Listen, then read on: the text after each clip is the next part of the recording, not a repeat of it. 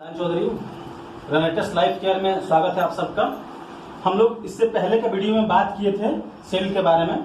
ये टॉपिक जिस टॉपिक में ये वीडियो चल रहा है फर्स्ट ये सेकंड दूसरा वीडियो है, तो ये था कि बीमार हम लोग पड़ते क्यों हैं, बीमारी शरीर में आता क्यों है, कैसे आता है, उसके बारे में चर्चा कर रहे थे हम लोग। तो पहले मैंने बता दिया सेल के बारे में, सेल कैसे बना हुआ है, हम लोग का शरीर बनता कैसे है, प्लस सेल का स्ट्रक्चर क्या है, कौन सा सेल से हमारा शरीर का कौन सा पार्ट बना हुआ है। ठीक है, अब मैं चर्चा कर रहा हूँ कि बीमारी कैसे होता है। तो बीमारी कैसे होता है ये जानने के लिए किसी बीमारी का एग्जाम्पल लेना होगा। तो हम लोग सबसे पहले शुगर का एग्जाम्पल लेते हैं। ये मतलब अभी बहुत कॉमन बीमारी है, हर घर में आपको एक दो शुगर पेशेंट तो मिल ही जाएगा। मतलब अमूमन सब घर में आपको शुगर का पेशेंट मिल जाएगा। डायबिटीज, इसे मधुमेह भी बोलते हैं इसको। क्या होता है शुगर जानते हैं, जैसे कि शुगर कैसे होता है ये जानते हैं। मैंने आप लोगों को बताया था अभी, इससे पहले वाला जो वीडियो था इसमें बताया था कि हम लोग जो भी खाना खाते हैं वो सारा खाना अभी हम लोग अपना जीभ का टेस्ट के हिसाब से खाते हैं। जो भी लोग खाना खाते हैं वो जीभ का 2 इंच का 4 इंच का जीभ का टेस्ट के हिसाब से खाना खाते हैं।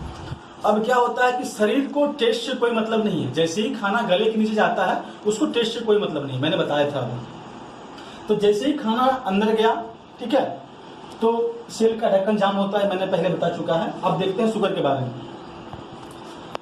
हम लोग का आमाशय है, ये आमाशय के जस्ट नीचे एक ऑर्गन होता है जिसको पेनक्रियाज बोलते हैं। पेनक्रियाज जब पूरा हम लोग, मैंने बताया था कि हमारा पूरा शरीर बना हुआ है सेल से, तो जाहिर सी बात है कि पेनक्रियाज भी सेल से ही बना हुआ होगा। पेनक्रियाज जिन सेल से बना हुआ है उन्हें मेडिकल लैंग्वेज में बीटा सेल कहा जाता है। बीटा सेल से वो बना हुआ है।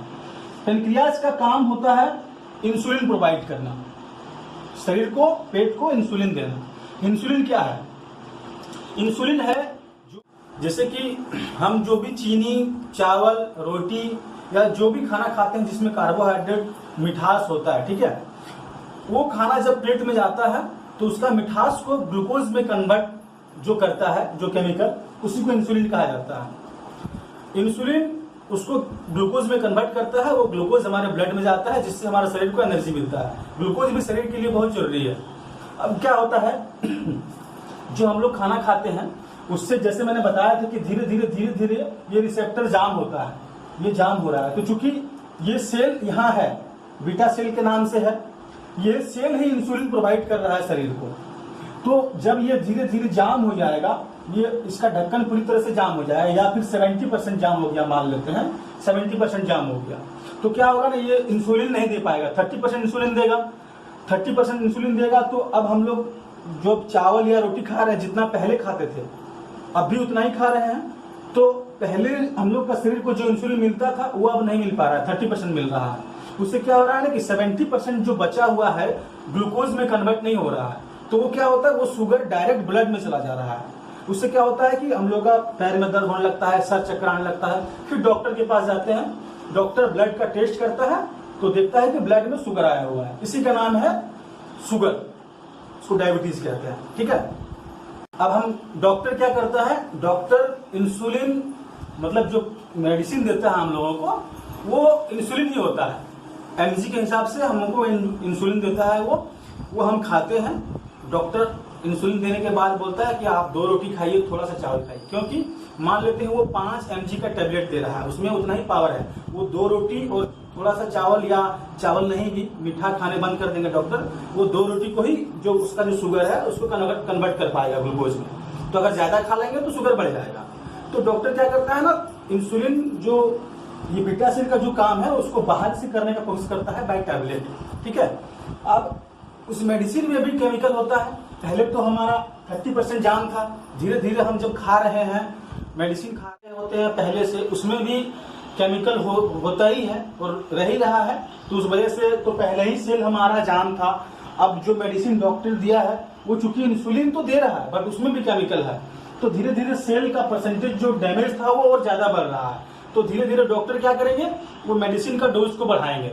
जैसे कि जो आपको इंसुलिन पहले वो 5 mg का दे रहे थे, उसको 10 mg का देंगे, फिर 20 mg का देंगे, फिर वो 50 mg का देंगे, 100 mg का देंगे, उसको बढ़ाते रहेंगे धीरे धीरे। वो ठीक, आपका शुगर ठीक नहीं हो रहा, बस उसको कंट्रोल में रख रहे हैं, इंसुलिन प्रोवाइड कर रहे हैं पेट को बाहरी तरीके से। अब क्या होगा, जब ये 90% डैमेज हो जाएगा आपका सेल, बीटा सेल जो पेनक्रियाज के अंदर है, तो डॉक्टर बोलेंगे कि आपको इंसुलिन का इंजेक्शन लेना होगा डायरेक्ट पेट में। इंसुलिन का इंजेक्शन पेट पे दिया जाता है डायरेक्ट, ठीक है। जब शुगर लेवल 350 400 के पार हो जाता है तो इंसुलिन का इंजेक्शन दिया जाता है पेट पे। फिर वो जो इंसुलिन का है सेम वही कार्य है, मतलब सेम वही काम है, उसका इंजेक्शन आपको दिया गया है पेट पे। फिर कुछ दिन तक इंसुलिन आपका पेट में बना, फिर थोड़ा मोड़ा खाना खा पाए आप। उसके बाद क्या होगा ना, इंसुलिन भी उसका भी काम कम हो जाएगा, क्योंकि सेल तो आपका डैमेज हो ही रहा है। अब क्या होगा कि डॉक्टर बोलेंगे कि आपको डायलिसिस करना होगा।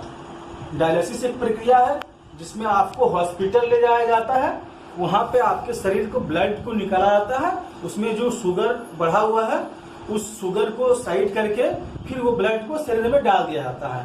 पहले ये क्या होता है कि महीने में एक बार होता है, 2 महीने में एक बार होता है, फिर धीरे धीरे महीने में एक बार होने लगता है, फिर ये सप्ताह में होने लगता है एक बार, फिर सप्ताह में 2 बार 3 बार, और फिर इंसान जो जिनको ये प्रॉब्लम होता है वो रहते नहीं है, धरती पे टिक नहीं पाते हैं, क्योंकि इतना ज्यादा उसका शरीर झेल नहीं पाएगा।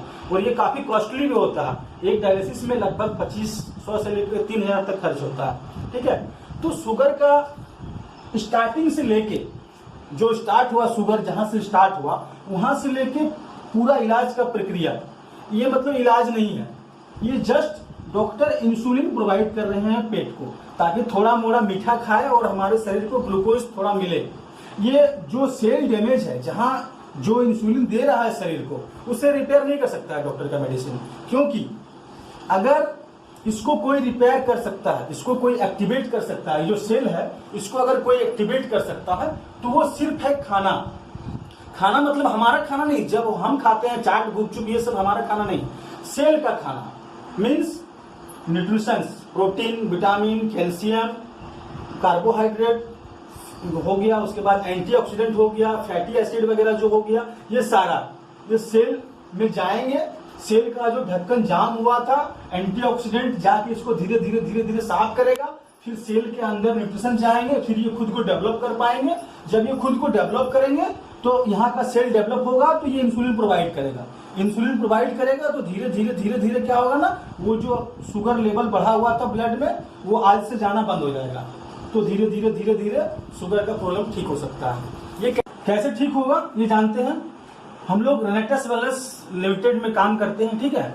हमारे पास एक प्रोडक्ट है, उस प्रोडक्ट में उसमें जो कैप्सूल है उसके अंदर वो सारा चीज डाला गया है, मतलब रिसर्च करके वो सारा चीज डाला गया है जो सेल को चाहिए होता है। सेल का जो खाना है, जो सेल को रिपेयर कर सकता है, उसको एक्टिवेट कर सकता है। तो अगर आपको इसके बारे में ज्यादा जानकारी चाहिए तो आप कॉल कर सकते हैं, मेरा नंबर दिया हुआ है नीचे। थैंक यू, धन्यवाद। अगर आपको मेरा वीडियो अच्छा लगा, आपको लगा कि इससे कुछ जानकारी आपको मिला, तो आप मेरा वीडियो को लाइक कर सकते हैं, सब्सक्राइब कर सकते हैं, लोगों को भेज भी सकते हैं, शायद उन्हें कुछ अच्छी जानकारी मिल जाए। Thank you.